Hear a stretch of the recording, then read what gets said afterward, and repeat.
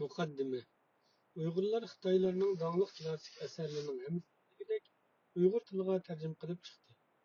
Suv bo'yida uch podshohlik haqida qissa, qizil ravoqdagi tush va g'arbga sayohatlar yuksak badiiy fasohatda Uyg'ur tilidan o'rin oldi. Ular Xitoylarning siyosiy, iqtisodiy, harbiy va kultural tarixini tadqiq qilishda intayin muhim ahamiyatga ega. Bu klassik asarlar ichidagi uch podshohlik haqida qissani alohida tilga elib o'tish zarurdir. Chunki ushbu asarda namoyon bo'ldig'ini nuqul holda yerlik militaristlar o'rtasidagi urush tufaylidan malmonchilikqa qatgan Xitoyning qadimki jamiyati emas, balki odamning diqqatini nihoyat kuchli tarzda chekadigan Xitoyning o'zgacha va pishib yetilgan siyosiy tafakkurdir.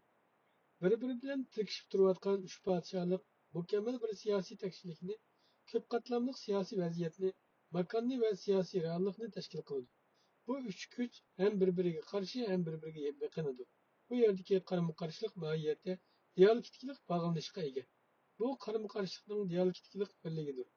Qarama-qarshilik birlik ichida mavjud bo'ladi va birlik ichida qarama-qarshilik bo'ladi. Bu qarama-qarshilik oxirida kelishib, yangi yuksalishga erishadi. Yangi bir siyosiy tartib mana shu yuksalish mayli u tarixning taraqqiyotiga nisbatan ijobiy yoki salbiy xarakterli yuksalish bo'lsin, orqali barliqqa keladi. Texmi muhimi ushbu qarama-qarshilik mohiyatda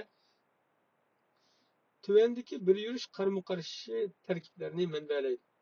Urush, ya'ni hujum va tinchlik, mudofaa, qarshilashish, ya'ni dushmanlik va diplomatiya, ittifoqdoshlik, uchuq oshkorlik, uchrashish va yoshirinlik, josuslik, ishontirish, tashviqot va aldamchilik, osiylik hamda aql, strategiya va hissiyot, psixik kuchlar va ta'sirlar qatorliqlardir.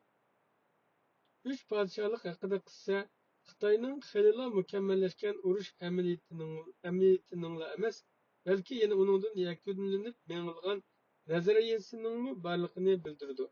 Diqqatni eng tortarli nuqta shuki, ushbu asardagi urush nazariyasi g'albining manfaat munosabatini asos qilgan ve hükümranlık qilish irodasi yetakchilik qiladigan fizikalik, ya'ni moddiy kuch to'qinishning ustunligiga emas, balki yana ikki xil strategiya, ikki xil ideya va ikki xil psixik ta'sirlar o'rtasidagi to'qinishga bog'liq ekanligini ta'kidlaydi.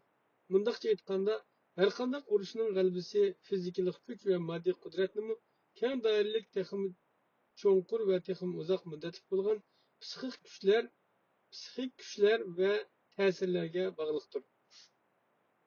Halbuki keskin qilib aytganda, mazkur asar yanada bir adabiy asardir. Uningda reallikqa boy va hatto uningdan halqagan vaqaliklar so'zlanadi. Bu hikoyalar hem ajoyib, g'aroyib, bir baqsa rostdek, yana bir baqsa to'qilmadek, bir baqsa odamning o'ngidek, yana bir baqsa odamning tushidek asarning sehriy kuchi, uning romantiklashtirilgan tarix bilan reallikning mangu romantiklashtirg'ili bo'lmaydigan qismini birlashtirganligidir.